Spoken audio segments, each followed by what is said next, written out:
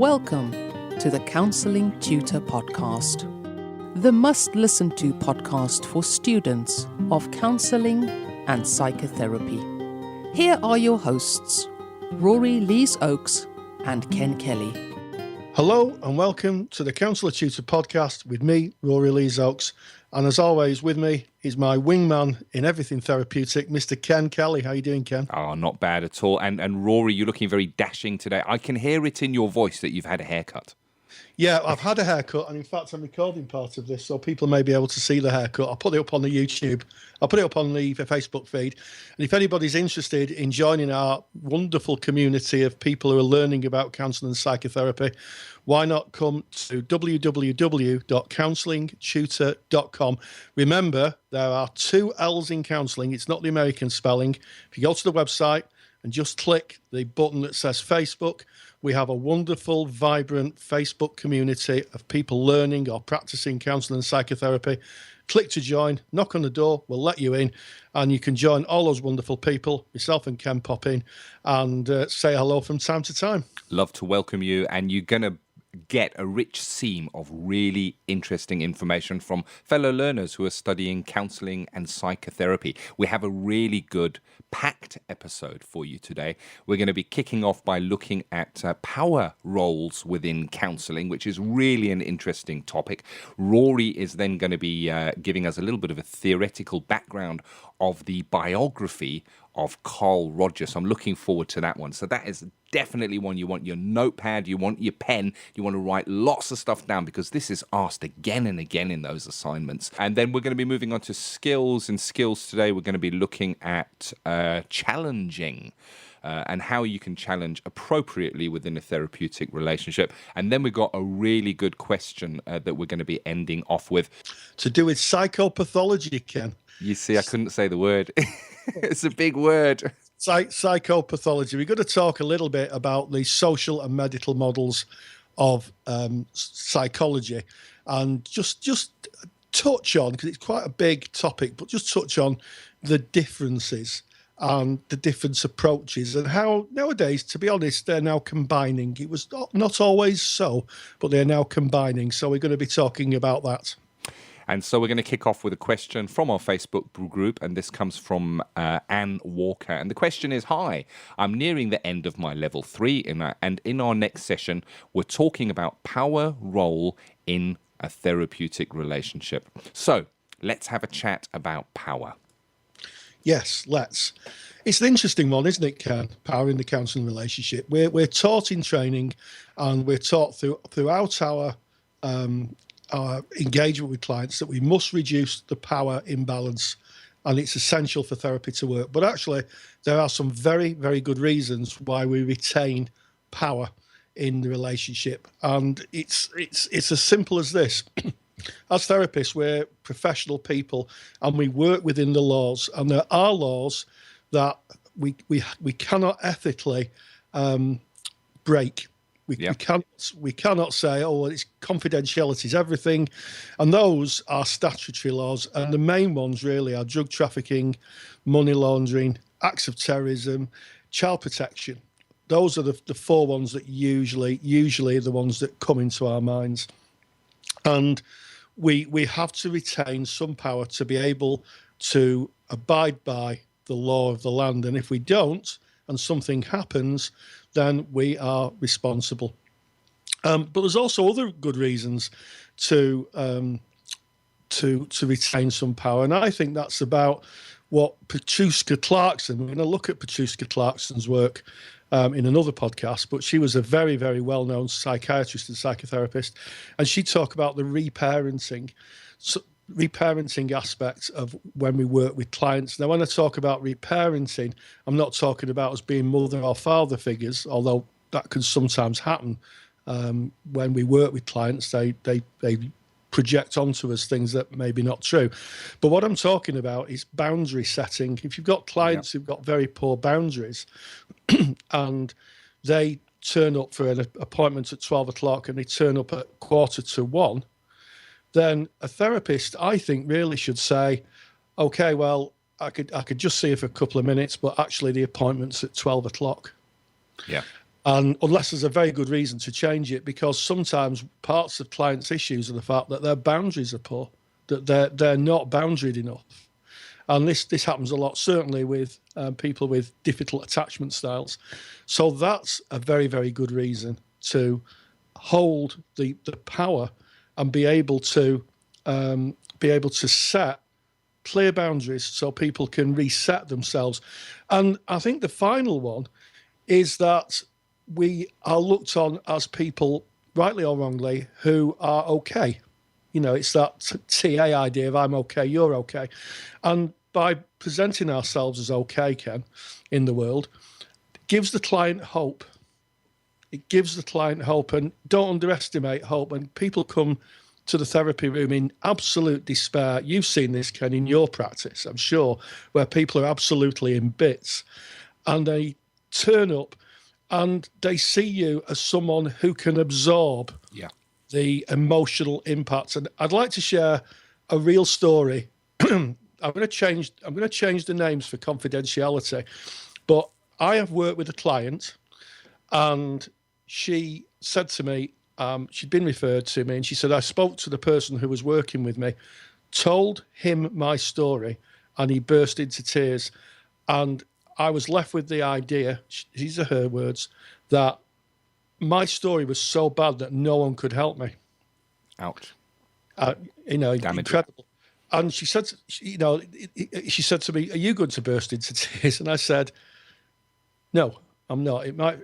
What you told me feels really sad, but I'm not going to burst into tears. And by holding that power, she was able then to feel secure enough in the world to share that material, to get that story that she'd carried for so long that caused her so much pain out in the therapy room and look at it and actually see what was the truth of it and actually what wasn't. And the remarkable thing about that piece of work, Ken, was in one session, she'd taken away 7 years of a misconception. 7 years. It's incredible. And you're 100% right. A client coming in may see the counsellor, the therapist, as a source of hope. You know, very often the client will be at a hopeless situation and they come in and see the therapist as that source of hope. And I guess when we're talking about power within the counselling relationship, I think it's important to address power balance within the counselling relationship. There is, as Rory has, as you've quite rightly outlined, there is a power imbalance from the start, because from the very first, the client is coming generally to the therapist. So there's a power imbalance. It's not like the therapist is going to the client. They will meet at a certain time, usually within the therapist's environment that is set out and decorated by the therapist and laid out in that way. So there is that power imbalance, I guess, that is inherent. But the other side of it is looking at the modality. If you are working in a modality where maybe TA, you might want to hold on to a little bit of that expert, that power within the relationship, because it's very useful within that modality. If you're looking at person-centered approach to counselling, you might want to kind of try to dissipate that power imbalance, and ways that can be done is unconditional positive regard. When the client feels that, as if you look at Rogers's 6 conditions, that part of that is the client feeling the empathy, the unconditional positive regard. They feel accepted for just who they are. That rebalances the power within the relationship. There's a program here in the UK called Little Britain, and there's a sketch on Little Britain of an agent and an actor. And the actor is always looking for parts, and the agent is sat in this big chair, and he is obviously the powerful agent. And you look to the actor, and he's portrayed as this little tiny person. And when objects are passed from the agent through to the actor, the objects are always far too big when the actor takes them, and it's this massive imbalance of power here. And I recall going into my placement, and I was doing my placement in a doctor's surgery, and within the doctor's surgery there was the doctor's chair, and this was my office. Now I needed to practice within this doctor's office, and the doctor's chair was this big plush leather black chair, and the patient's chair was this little rickety, almost school chair. And it really gave me that feeling of that Little Britain sketch of this big, powerful chair versus this little chair that the client might sit on. So I went to readdress that power balance and found 2 rickety chairs so we could both sit on rickety chairs, not behind the desk, just to try and rebalance that. Another way of maybe rebalancing that power is to not have your certificates on the wall where behind you, when the client is looking at you, as they're looking at you, they see behind you all your expert certificates of all the training and the learning that you have done. So you are obviously powerful and knowledgeable. They're not necessary, for me anyway. And there may be, of course, models of therapy where that does feel more appropriate. Yeah, absolutely, Ken. And you hit on a very rich theme of power. Also things around, for me, having family pictures.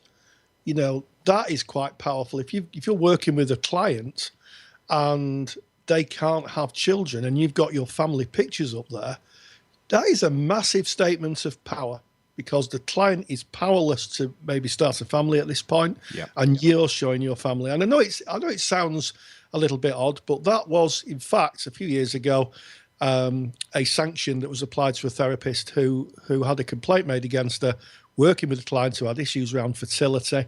And what happened was that the BACP upheld it and said, yeah, it was a little insensitive to have your family pictures around when in fact the client couldn't have children.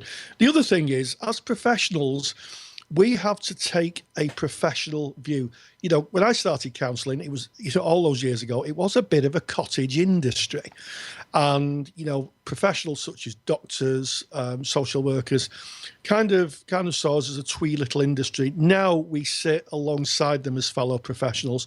And recently I've had to make a referral for a client because I believe that my modality of therapy wasn't going to suit this client. 100%. Absolutely not going to suit. Not only was the modality of therapy, but I work in a college setting as a therapist, and I had to be mindful that, colleges are kind of closed about a third of the year for holidays and stuff. And this was going to be a long-term piece of work that really needed a setting externally from an educational setting. So I made a referral, and that is retaining power. And there's nothing wrong with that. In my time, I've made many referrals where I believe the client needed a different form of help. And I think in the next section, we're going to cover that. We're going to cover a little bit about working in the medical model as well as what we call the social model. So it's really important that we're okay with retaining power for the right reason. Power itself is inert.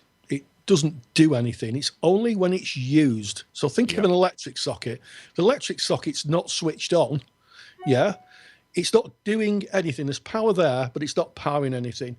Now, if I switch my electric socket on, I use it for the greater good of warming up my kettle to make my tea. But the torturer might use it to electrocute someone. 100%. And that is the difference. That's the difference between power. When we use power, it's about what we use it for. 100%. And again, it's the perception of what that power is within the eyes of the person who is sitting in front of you. And when that can be damaging in terms of having family pictures up and their families falling apart, that is damaging. We've got to be really, really careful. I recall a story that you shared, Rory, of a counsellor when challenged on their home practice. They didn't see any use of power, and they thought that set that up pretty well. But the car that they had parked in their driveway was a massive, I guess, glowing beacon of wealth that the client had to walk through to get to counselling.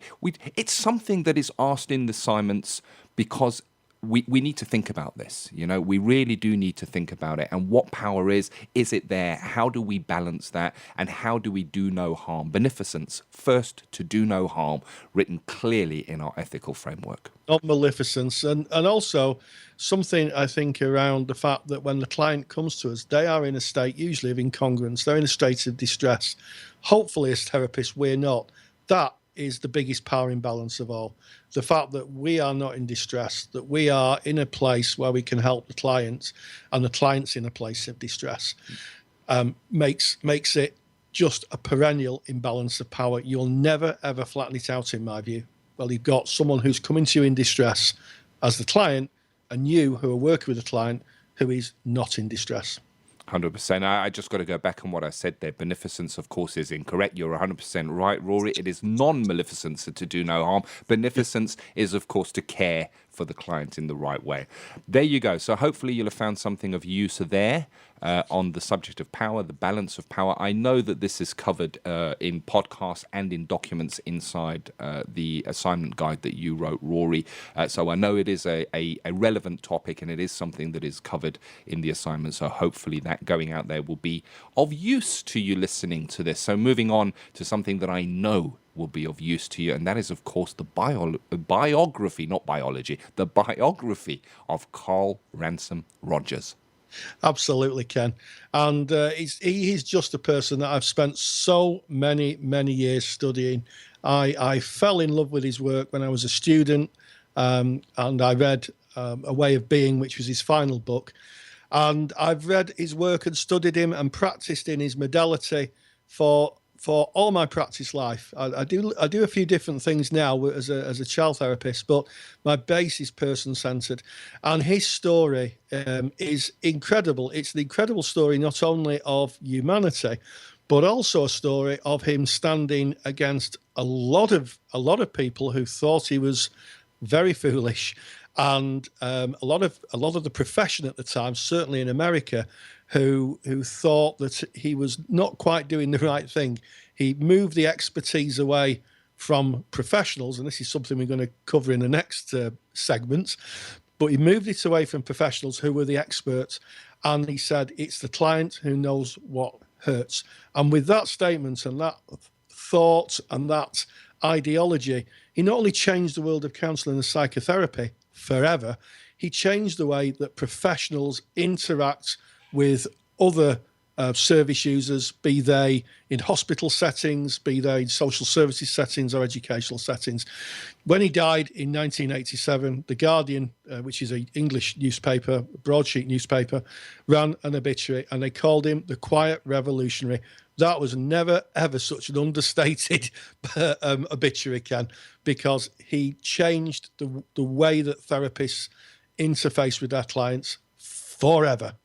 Counselling Theory with Rory Lees Oakes. On February the 6th, 1987, the New York Times obituary column announced Carl R. Rogers, 85, leader in psychotherapy, dies. Carl Ransom Rogers was born in Chicago, Illinois in 1902 to Walter Rogers, a successful engineer, and Julia Cushing, a housewife. He went on to become the fourth of 6 children. At the age of 12, the Rogers family moved to a farm about 30 miles from their original home. Each child had numerous chores to complete and were brought up in a very strict Christian environment. Education started in the 2nd grade, as Rogers was already able to read by the time he attended school. On attending university for the first time, Rogers studied agriculture at Wisconsin before moving to his chosen subject of history so he could study for the ministry. He was while pursuing this path, Rogers, in his junior year, was chosen to attend the World Student Christian Federation Conference in Beijing, China. This 6-month engagement, he became doubtful of his own religious views. Asked to write an assignment entitled, "Why Am I Entering the Ministry?" he found this hard to answer, and as a consequence realised his beliefs had changed. He left the seminary to attend teacher training college at Columbia University, and he obtained his MA in 1928. It was during this time at Columbia that he met John Dewey, a lecturer and philosopher, who developed the philosophy of experimentalism or instrumentalism, largely centred on human experience. Another of Rogers' lecturers was William Kirkpatrick, who developed child-centred education, which later became known as the project method. On leaving teacher training, Rogers decided he wanted to study psychology. The Institute of Child Guidance in Rochester, New York was offered to Rogers, which was sponsored by the Commonwealth Fund, where he obtained his PhD in 1931. He came on to become director of the institute, and amongst the social workers in his department was the psychotherapist Otto Rank and a student named Jessie Taft, who were influential in forming what was later to be known as the person-centred approach. It was during this period that Rogers was working with a young boy who was having emotional issues. He explained to the boy's mother that her early rejection of her son was the root cause of his behaviour. The mother rejected this idea and stormed out of Rogers' office, only to return a few moments later and inquire, "Do you offer counselling to adults?" Rogers sat and listened to the mother. It was at that point he began to realise there was an alternative to the Freudian approach. Not long after this, Rogers wrote his first book, Clinical Treatment of the Problem Child, which led to him being offered a position as Professor of Psychology at Ohio State University. He began to talk about his special approach of therapy in his next book, Counselling and Psychotherapy. It was written while he was at Ohio State. With this book, Rogers offered an alternative to the psychoanalytical approach that had dominated the field for so long. In 1945, he moved to the University of Chicago to establish a counselling centre. This was set up in line with his beliefs. However, he refused to take a leadership role.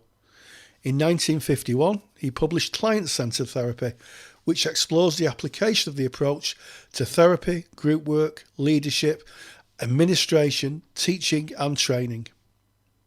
In 1957, he took a post at the University of Wisconsin as both Professor of Psychology and Psychiatry. This was seemingly an opportunity to increase his influence. However, he did not feel welcome and fell out with many of his new colleagues, particularly in the psychology department, which, in a subsequent interview, he recalled was a stronghold of psychological testing. His fifth book, On Becoming a Person, was published in 1961, and it was this that gave him international fame.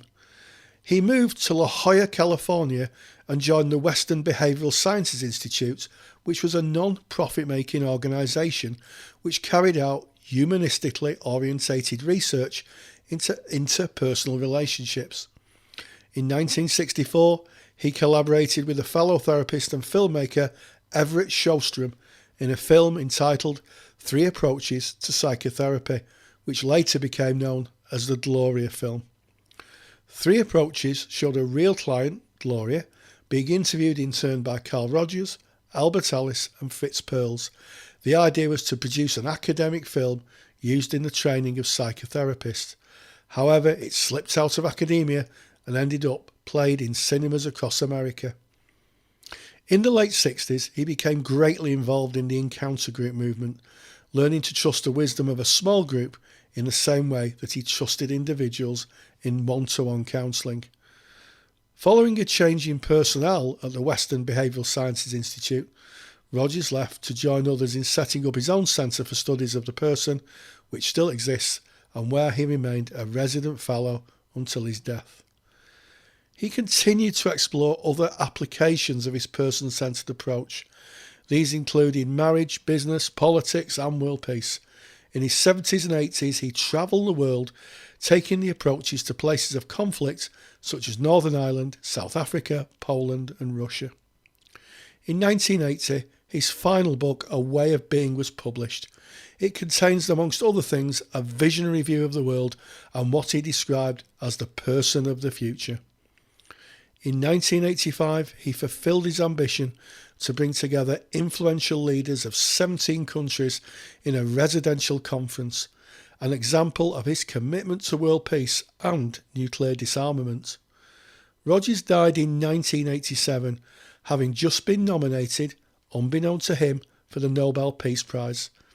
In the same week that his obituary appeared in the New York Times, a similar obituary appeared in the British newspaper The Guardian.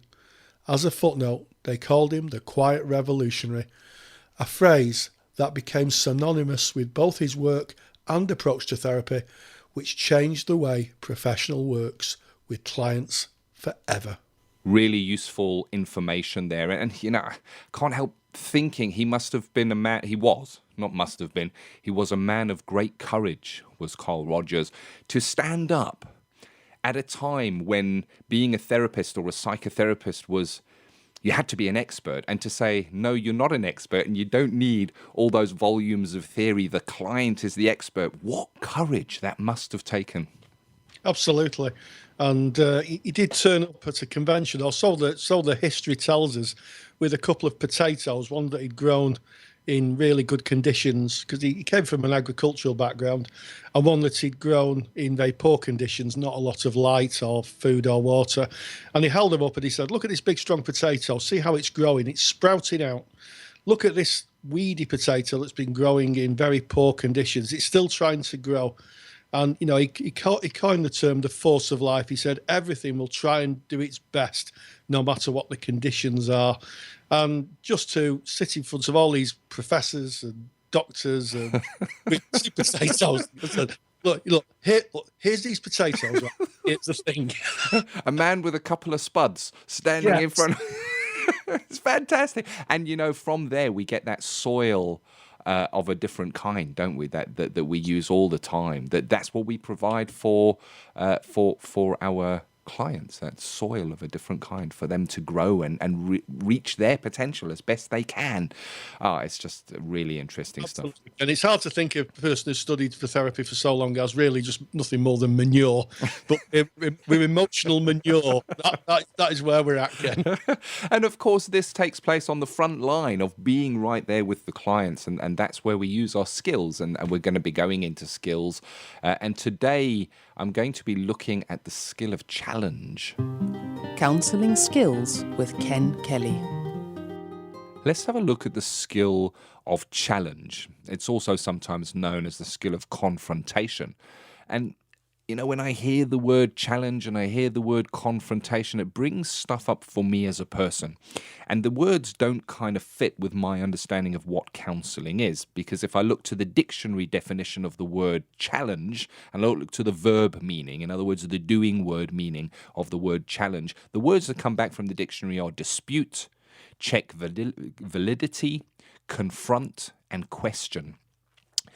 And these don't fit, not in a counselling setting. The last thing I want to be doing in a counselling session is confronting the client. If I'm supposed to be with them with an empathic understanding within their frame of reference, standing next to them no matter how scary this gets, the word confrontation just doesn't come in there. In fact, I don't like confrontation. The word confrontation brings stuff up for me. I get kind of a little bit panicky when I hear the word confrontation. How many times would you hear someone say, oh, I avoid confrontation? Yet we have this skill, which is defined as an advanced skill that we should be using in counselling, and it's called challenge. So if we look to the other word that is sometimes used for this, confrontation, the definition within the dictionary for that maybe aligns more. And again, this is a dictionary definition, definitely not a counselling definition, so don't be popping this in your assignments. But confront means to face up to and deal with. So maybe that is a better fit. Maybe it's about the client facing up to and dealing with whatever it is that's going on with them. So before we go into a textbook definition of challenge for us as counsellors, let's have a look at why we would use a challenge within a counselling relationship. What's it there for? Why do we need it as a skill? And the reason for this is sometimes a client, when they're bringing their material, they show an incongruence, kind of a mismatch between their thoughts and their feelings. What they're feeling and what they're thinking don't match up. And this causes an incongruence. That's exactly what this is. And we can't see this because this happens internally, but very often the client will give us a clue about this. And they may say something like, oh, you know, I shouldn't really be feeling like this. That's a classic example of an incongruence of how they're thinking and how they're feeling. Within the emotional world of this client, there's a heaviness or a pain or a hurting that they are feeling.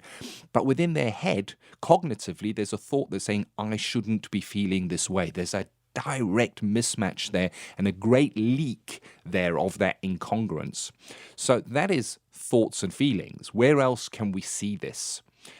It may be in the words that the client brings is a direct mismatch to what we might see in their body language. So they might bring a narrative, but when we look at them and we're kind of fully there with the client and accepting them globally and seeing everything of who they are and how they present, we're seeing something different in their body language to what they're saying in their words. An example of that might be the client might say, I'm okay, I can cope with this, I just have to. Yet the tears are streaming down their face and their head falls into their hands and they sob as they say this. So the words are saying, I'm okay, I can cope with this. But the body language is very, very clearly showing extreme pain and emotional distress. And there we have a definite incongruence. So we're seeing that maybe in what the client says and how their body language shows, or maybe what the client is thinking and feeling within themselves that may leak out, and we can pick up clues from that.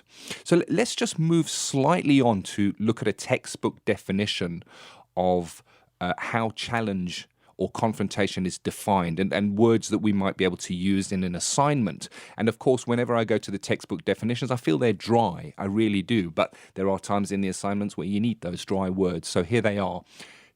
Textbook definition for challenge or confrontation.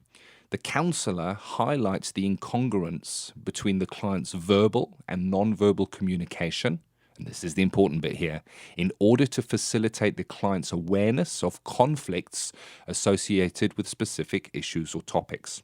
So it's about, I guess, if I was to put that in my words, it's about highlighting what the client is bringing, showing the incongruence or showing the mismatch so that the client can see that for themselves, so that they can move from rigidity to fluidity, so they can have a moment of movement, so that they can question stuff that's going on for them.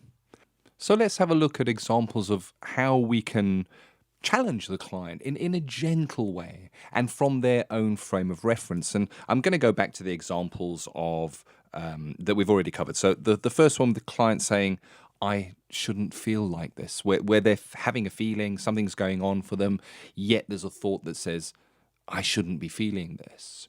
You know, if we're fully there with them, we can share and we can say, wow, I hear you saying that you shouldn't be feeling this, and I hear those words coming out of your mouth, but at the same time, I recognize it's really heavy what you're carrying at the moment. There's a challenge. It's a very gentle challenge. And all you're doing is highlighting the incongruence that the client is bringing to you within that moment. So it's not from your frame of reference as the counsellor. You are 100% integrated in the client's world. And it doesn't feel challenging. But nevertheless, it is a challenge. It's an invite. It's an invite for the client to have a look and go, yeah, I'm saying it's okay, but my goodness, I'm feeling terrible. And you may see a moment of movement there where they drop that thought that I shouldn't be thinking this, and they go, yeah, it is terrible, and they're fully submerged within that feeling. That incongruence kind of disintegrates in front of you. So the next one of the client saying, I'm okay, I'm coping, I've got to, and the tears are streaming down their face. You may be able to, in that situation, say, and I hear you saying that you're coping with this because you have to. Yet at the same time, I can't help but notice the tears that are streaming down your face, and it just feels that you're totally broken within this. They've been acknowledged for that emotion that they're feeling, but the words that they've said are highlighted, and that incongruence once again is brought out into the open, and it's an invite again. So a challenge can, in a way, be an invite. Now, this is an advanced skill. Don't want to be going into a first session with a client and pulling out the old skill of challenge and popping it right there on the table. It can bring about defensiveness. It can mean criticism for the client. They can feel negative. They can feel put down. They can feel judged. So I like to say, if you are going to bring challenge into your session, there needs to be an established support. There needs to be high support. The client needs to perceive your unconditional positive regard and know that they are in a safe place when challenge is used. Sometimes A client may view us as the expert, as the person who has all the answers. And if we're putting a challenge in early, before we've built up that trust and we've kind of addressed the balance of that power within the counseling relationship, this could feel like there's something wrong with them. They could leave saying, oh, there's something really wrong with me because the expert has pointed this out to me. So we've got to be really careful when we're using challenge. So what does challenge look like when it is used properly? Good challenge is really gentle. It's really supportive. And most importantly, good challenge accurately reflects only what the client has shared. So this kind of means that we put aside the thoughts and the feelings that may arise in us, and we only bring what the client has shared with us. Janet Tolan wrote a book that I absolutely love and I highly recommend. It's called Skills in Person-Centered Counseling and Psychotherapy. And it looks at challenge from a person-centered perspective. And she notes that by the counselor demonstrating the core conditions of empathy, congruence, and unconditional positive regard, challenge naturally arises within the client's self-concept. So an example of this is the client maybe believes that crying is a sign of weakness. So what they do is they tend to block their pain, they swallow their emotion. They don't want to show this to the world because they don't want to be perceived to be weak. Now, of course, this is a faulty belief, but this is how it is for the client. So this client comes into counseling and they're working with the counselor. And within the counseling relationship, when the client does bring some of their pain, some of their emotion, the client is fully there with them in that emotion, fully accepting of them and the emotion. That's that unconditional positive regard and that empathic understanding of standing with them in that emotion. So if the client came in with the concept of crying is weak, I don't want to show people crying or that emotional side of me because they're going to view me as weak. But all of a sudden, here is this person in this relationship who is not seeing me as weak, who is here with me and fully feeling and exploring these feelings with me that I'm feeling. There's a challenge there. There's a challenge to that belief that I'm going to be perceived as weak if I show these feelings. So by demonstrating the core conditions, we allow the client to naturally examine their own self-concept, and that is challenge. Counseling is about challenge, changing self. In closing, I want to acknowledge that challenge is not always confrontational. It's not always negative, and it's not always there to kind of be that typical word or the understanding of the word challenging as we know it. Challenge can be so positive. You know, if a client comes in and they present in one way and they explain their situation and they tell you how down and how difficult it is for them, towards the end of the therapy, when they're coming to the end of their journey with you, they may be saying, wow, I feel real movement and I'm now in a very different place. And you can go back and say, you know, when you came in, I noticed that you were like this, but now you sit in front of me and you tell me you are like this. And that is a challenge. It's a challenge for them to look at the progress that they have made within the therapy. I challenge you to speak to your peers about challenge. I challenge you to look for challenge within your own life. I challenge you to record your skill sessions and look and see if you're using challenge. It is a powerful skill. It is an advanced skill, but it's a necessary skill. Challenge exists in counseling.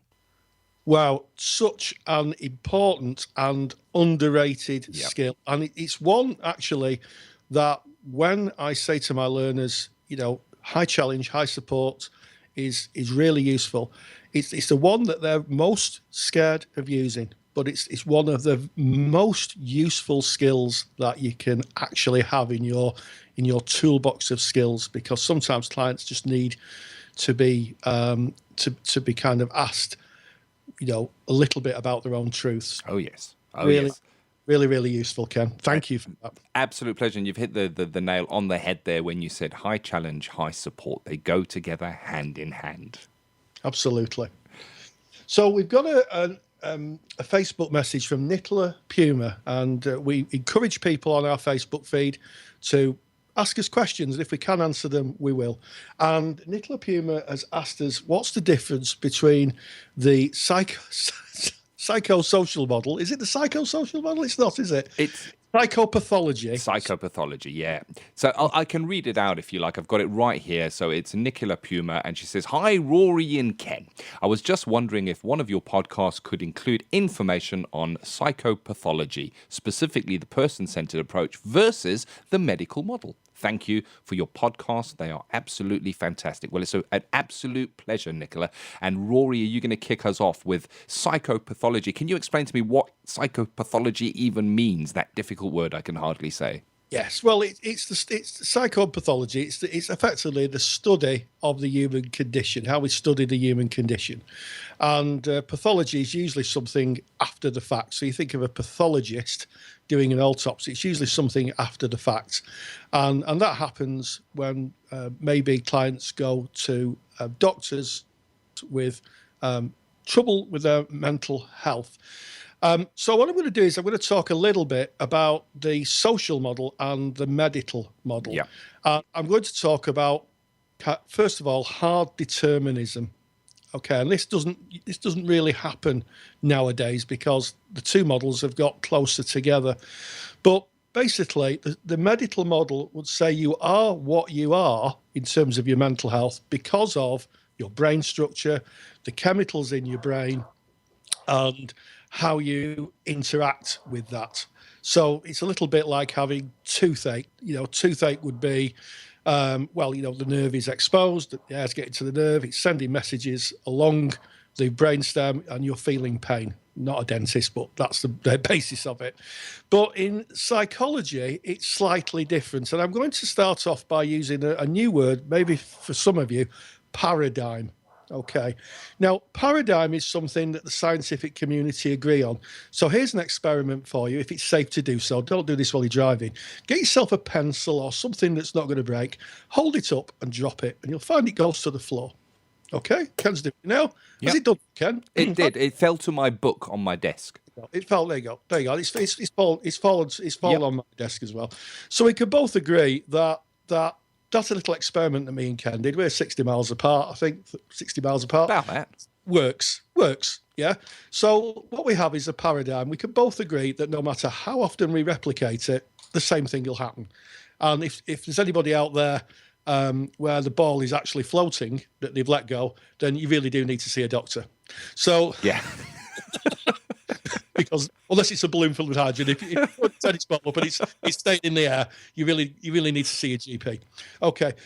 In psychology, there isn't an overall paradigm. No one can agree on what makes our mental health. Everybody has a different opinion. And that is because, hey, we're all individuals. So the medical model is very much, and psychopathology is very, very much about how the chemicals in our brain work. So if someone goes to the doctor and they're depressed, they may very well be given Prozac or antidepressant. Now, that's fine because the research I've recently looked at said that antidepressants therapy, the outcomes are much the same. They're much the same, and that's some research that the BACP did recently. However, here's the thing. Hard psychopathology would say that actually it's all about that. If we could alter your brain chemistry by using these drugs, then you'll be happier. But we know that human happiness doesn't revolve around brain chemistry. So if you're someone who's living in very poor conditions, who may be struggling in life, who may be not being able to get enough food, and I don't want to be too political around, but it seems to be getting worse in the UK as we speak for people who are struggling along, people are liable to get depressed. Here's the thing: no amount of Prozac's going to make you any less hungry. Yeah, very much so. Very much so. And this is where the social and the medical models bump a bit. Now, in the past, they've been very far apart, but actually they're quite close together now. Most doctors would recommend some kind of therapy as well as medication. So it's closer than ever. And it's really interesting. When Eli Lilly made Prozac, they actually said, there's a couple of really interesting things. They actually said that at the release of it, that actually that psychotherapists would probably go out of business because it would cure everything. And also what they did is they actually coined the phrase depression, because prior to Eli Lilly releasing Prozac, there was lots of different ideas about what made people kind of unwell, a bit blue, a bit down, a bit suicidal. So there's a scale there. And what happened is that they lumped it all in and called it depression, which is why, people like ourselves, Ken, and those people who are listening may have to say to a client when you come in, I'm depressed. We may have to say, what's that like? And that leads us on, actually, nicely to the social model. The social model is about getting people to understand their circumstances and to be able to make changes in their life that might make them happier. Yeah. So if I will give you a really good example of how the medical model and the social model work together. A few years ago, I had a client who had huge amounts of shame, and again, I'm changing this a little bit for confidentiality, around hiding because he was a victim of abuse when he was a child, and he'd hide, and he felt very bad that he couldn't defend his siblings from the abuse. And he came, and it was fair to say he was quite depressed. And I said to him, do you know how your brain works? And he said, no. And I said, I'll show you. And I've got an app on my iPad. And I showed him how his brain works. So I showed him a medical model of what happens when people are in stress. We have this little alarm clock in the brain, fires off, and it puts us into a mode where we either fight, flight, or fight, freeze, or flee. And his brain took over and said, I'm going to hide because I'm only little and I don't need to hide. And that freed him up of years of shame. Mm. But what was left with that? So there's the medical model. You could prove this is kind of medical. This is a medical idea. But what followed was processing how he felt about it and how he felt in the world now he'd left that behind. So there's an example of how a medical model, which is about how the brain functions, can be combined with the social model. So the medical model is all about altering our drugs, and maybe in some cases electroconvulsive therapy, ECT. It's still used and it's still widely regarded, not just by practitioners who practice it, and they're usually psychiatrists. Well, they are psychiatrists, but also about people who've had it. We think it's quite barbaric, but there are a lot of people who have got very severe depression where their brains have got a difficulty.